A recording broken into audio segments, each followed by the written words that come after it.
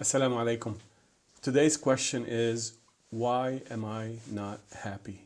Many in today's materialistic world accrue possessions, have access to wealth, have access to good health care, have access to all sorts of entertainment, and yet the question that you hear more often than any other question coming from people is that, why am I still not happy? And the obvious question that should follow this is, well, how do you define your happiness? And another obvious question that follows immediately from that first question is, well, happiness determines how you define your success in this world. And unless you define success correctly, you won't understand what it means to seek happiness based on that success. And therefore, you'll never know if you've actually reached happiness or not.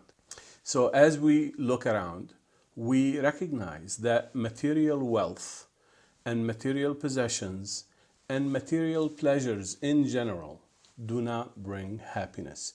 And that's a fact. And that's why in most societies, wealthy societies, Western societies specifically, the societies that have truly mastered the ability to accumulate wealth and to live in a very comfortable, luxurious way, these are the societies where people commit the most suicides, where people have access and actually abuse drugs more often than in any other society.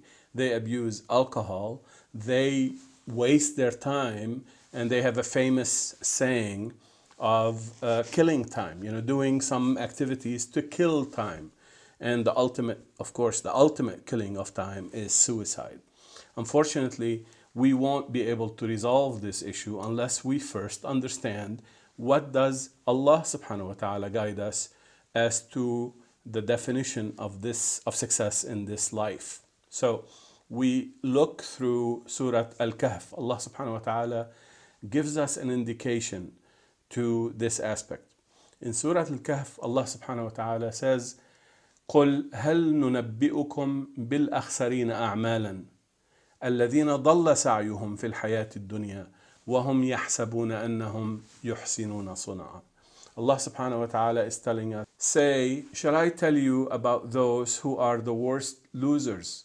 They are the ones whose deeds in this life are misguided, all the while thinking that they are doing good things. So again, how do you define success? And whether or not you define your success correctly is what determines whether or not you will have happiness. In summary, if your mission in life and your criteria for success align correctly, and you know exactly how your compass is pointing you in the right direction, then you feel happier. Well, let's go to the Quran. Quran defines the worldly pleasures using a term called zina. Zina.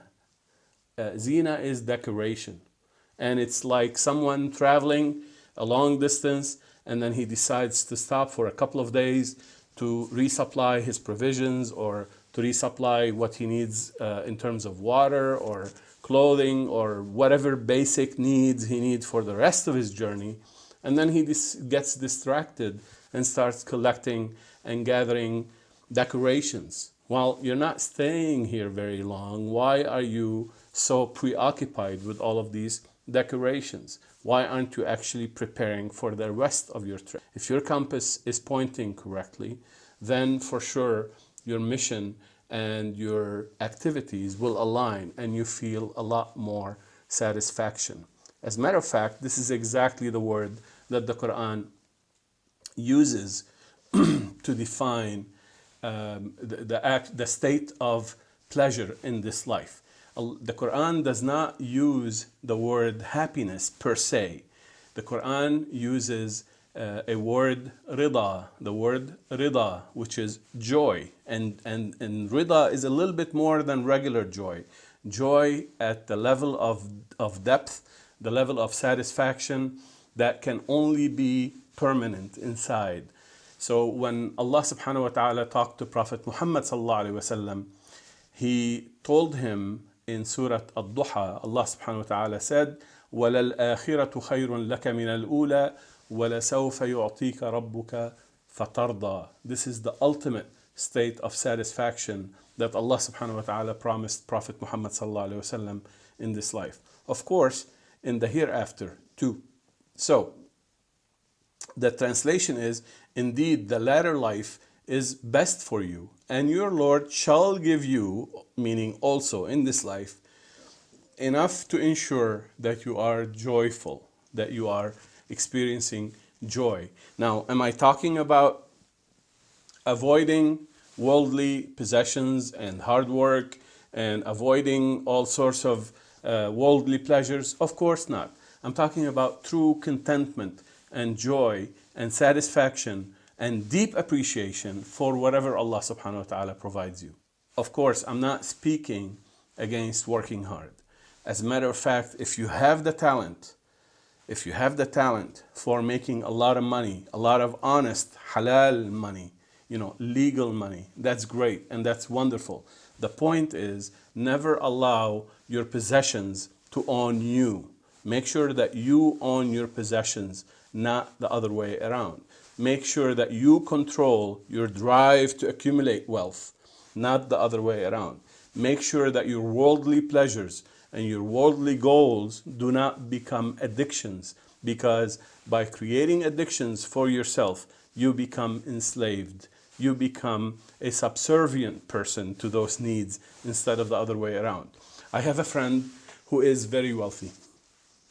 He and his wife are highly educated. They raised beautiful family. His wife has a job where she earns a very high salary and she helps people. He also makes a great income. As a matter of fact, he works so hard that he has 2 jobs and sometimes 3. Sometimes he picks up courses where he teaches in a local college. And they make great amount of money. They make great income. And they're both very talented. Now, despite all of this money that they make, they live a very modest life. As a matter of fact, they're extremely careful spending their money, to the point where someone who does not know them may think that they are really tight, that they're really miserly or cheap, and the opposite is true. These people are not miserly or cheap. They're very generous with their money, except that they know exactly where to invest their hard-earned money in the right place to align with the success criteria they defined for themselves. See, they understand that spending money to buy things does not buy you happiness. Putting money in the right investments for the right causes, helping people, and ensuring that the right people get this money gives them the pleasure that they're really looking for. They are focused on investing in their second life, in the eternal life, and in the day of judgment. They are driven by a clear desire to please Allah subhanahu wa ta'ala in every penny they spend. They are not slaves to their possessions. So Allah subhanahu wa ta'ala teaches us about how to align yourself on the inside. In verse 4 of Surah Al-Ahzab, Allah subhanahu wa ta'ala says, مَا جَعَلَ اللَّهُ لِرَجُلٍ مِّن قَلْبَيْنِ فِي جَوْفِهِ. Allah subhanahu wa ta'ala did not allow a person to have 2 hearts inside of him. You have to choose which heart is actually guiding you, through which one you actually see the direction that points you toward Allah subhanahu wa ta'ala. My advice is to practice what's called detachment. My advice is to learn to enjoy the simplest pleasures, to enjoy being close to Allah's creature, to enjoy listening to the birds sing, being with people for the right reasons, serving people, helping people, giving as a way to achieve pleasure and to achieve satisfaction and to achieve joy. Thank you for watching.